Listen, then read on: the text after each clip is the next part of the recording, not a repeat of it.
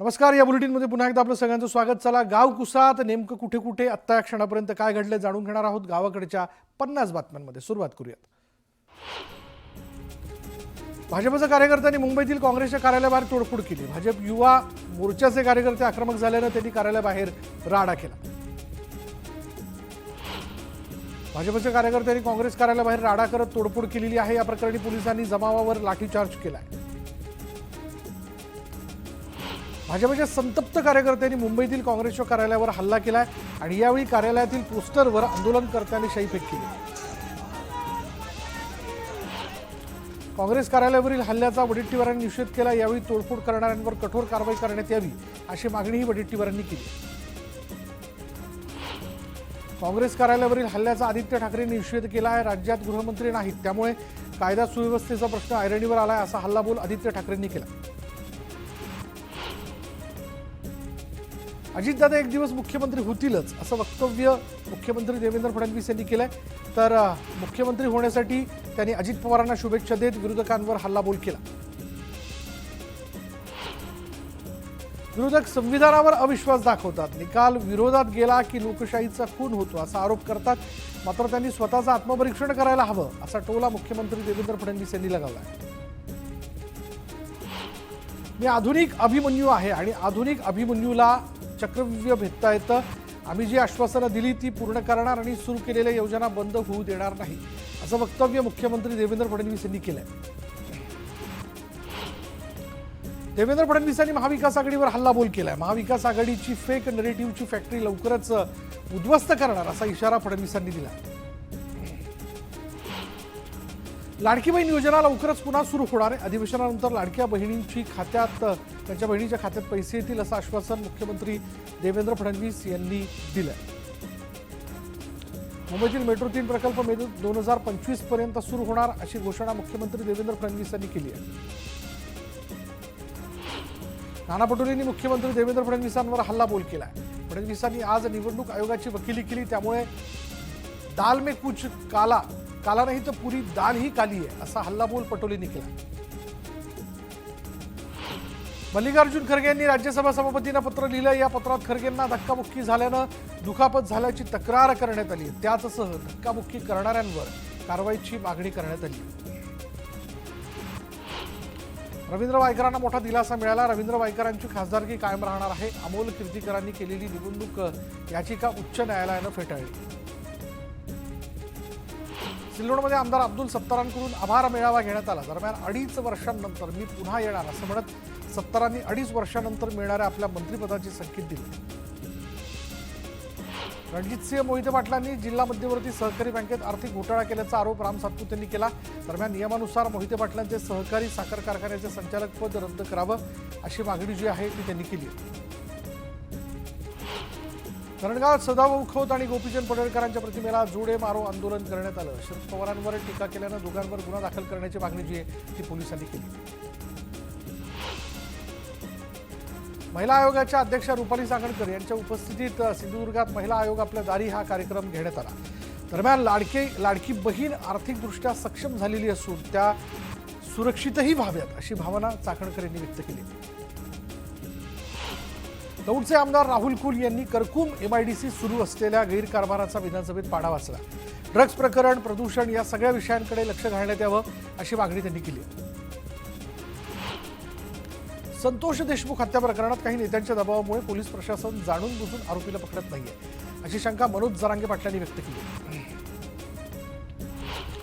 राज्यासह देशभरात अमित शहांच्या राजीनाम्याची मागणी करत विरोधकांनी आंदोलन केलं. अशात शिवसेना आमदारांनी अमित शहांच्या समर्थनार्थ प्रतिआंदोलन केलं. यावेळी त्यांनी महाविकास आघाडीच्या नेत्यांचा चांगला समाचार घेतला. काँग्रेसने अमित शहांचा अर्धवट व्हिडिओ प्रसारित केला. जेव्हा बाबासाहेब होते तेव्हा काँग्रेसचं प्रेम कुठं गेलं होतं असा सवाल आमदार संजय गायकवाड यांनी केला.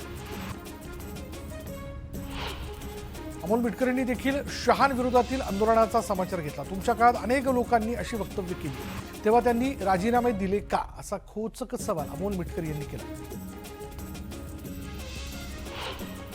अमित शहांच्या वक्तव्यावरून विरोधक राजकारण करत असल्याचा आरोप विधान परिषदेच्या उपसभापती नीलम गोरे यांनी केलाय. अमित शहांच्या वक्तव्याचा विपर्यास झाल्याचंही त्या म्हणाल्या. अमित शहांच्या वादग्रस्त वक्तव्यानंतर वंचित बहुजन आघाडी आक्रमक झाली. वंचितच्या वतीनं छत्रपती शिवाजी महाराज टर्मिनस इथे निषेध आंदोलन करण्यात आलं.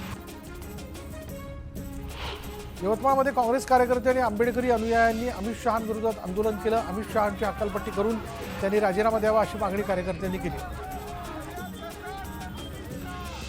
अमित शहांच्या वक्तव्याचे पडसाद शहापुरात देखील पाहायला मिळालेले. अमित शहांच्या प्रतिकात्मक पुतळ्याचं दहन करत वंचित बहुजन आघाडीनं जोरदार घोषणाबाजी केली.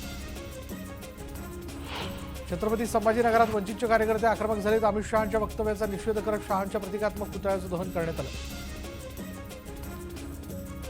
अमित शहांच्या निषेधार्थ अकोल्याच्या अकोट तालुक्यात वंचित बहुजन आघाडीनं आंदोलन केलं.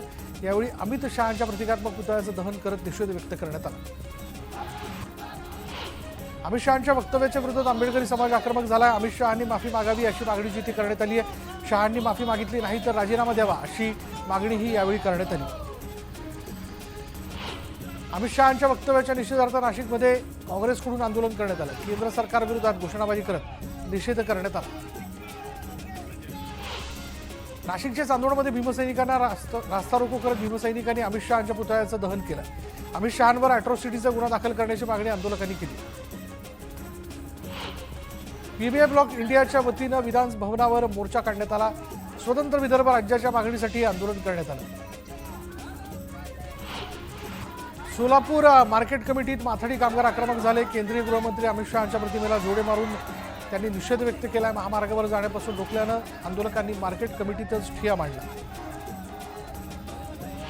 पुण्यात राष्ट्रवादी शरदचंद्र पवार पक्षाच्या कार्यकर्त्यांनी मुका आंदोलन केलं. अमित शहांनी बाबासाहेबांचा अपमान केल्याचा आरोप करत आंबेडकरांच्या पुतळ्यासमोर कार्यकर्त्यांनी निदर्शनं केली.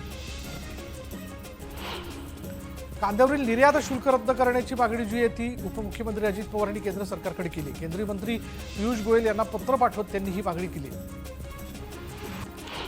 छगन भुजबळांनी कांद्याच्या प्रश्नासंदर्भात पंतप्रधान मोदी आणि मुख्यमंत्री फडणवीस यांना पत्र लिहिलंय.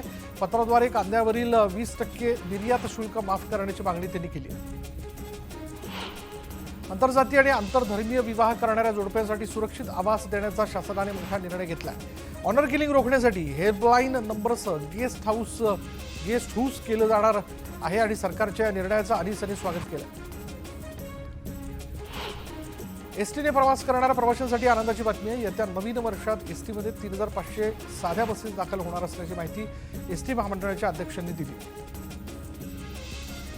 एसटी प्रवास आता महाग होण्याची शक्यता असल्याचे संकेत राज्य सरकारने दिलेत. एसटीच्या भाडेवाढीत 14.95% वाढ करण्याचा प्रस्ताव महामंडळाने ठेवला असून राज्य सरकार त्यावर निर्णय घेणार असल्याची माहिती एसटी महामंडळाच्या अध्यक्षांनी दिली.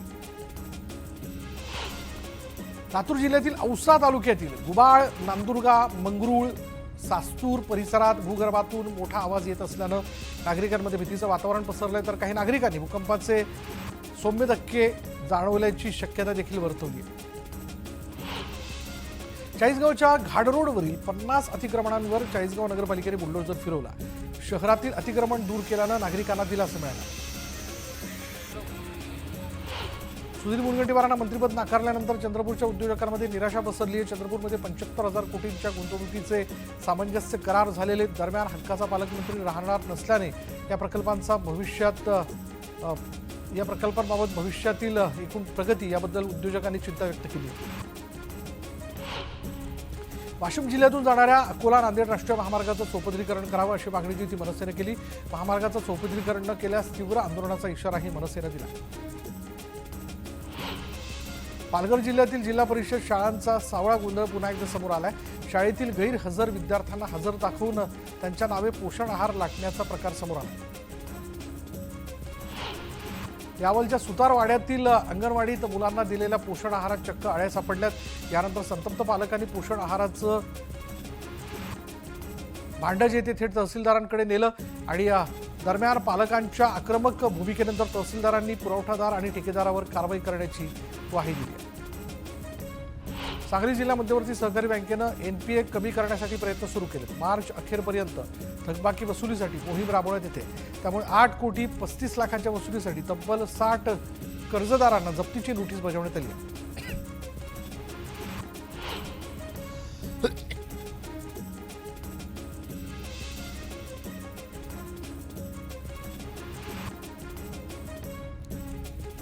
कर्नाटक शासनाच्या कृष्णाकाठ योजनेअंतर्गत अलमट्टी धरणाची उंची 5 फुटांनी वाढवण्याचं काम जोरदार सुरू आहे. मात्र यामुळे सांगलीत पूरस्थिती आणखी गंभीर होण्याची शक्यता आहे आणि त्यामुळेच या निर्णयाला कृष्ण महापूर नियंत्रण कृती समितीने विरोध केला. मुंबई अहमदाबाद राष्ट्रीय महामार्गावर वाहतूक कोंडी झाली. धानिवरी इथल्या सुसरी नदीवरील नादुरुस्त पुलाकडे ट्रॅफिक होते आणि त्यामुळे वाहन चालक आणि स्थानिकही त्रस्त झाले. जळगावच्या कवयित्री बहिणाबाई चौधरी उत्तर महाराष्ट्र विद्यापीठात आविष्कार संशोधन स्पर्धा घेण्यात आली. या स्पर्धेत विद्यापीठातील 562 विद्यार्थ्यांनी सहभाग घेतला.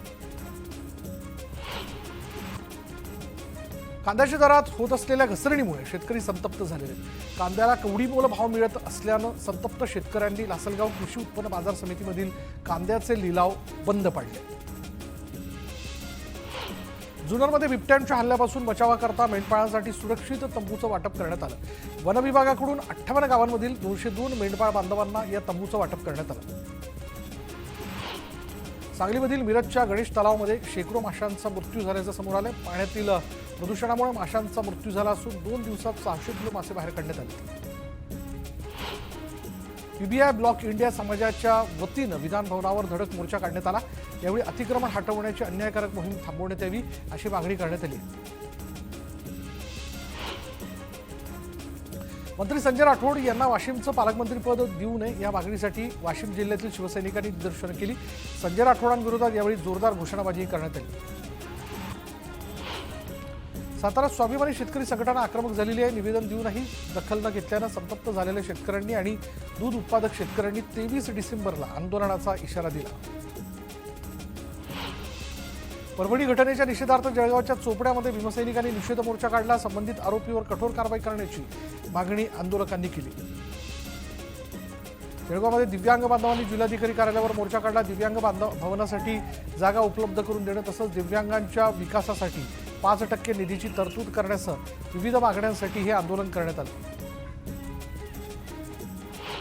धरणगावच्या चांसर शिवारात वाळू माफियांनी महसूल विभागाच्या पथकावर हल्ला केला.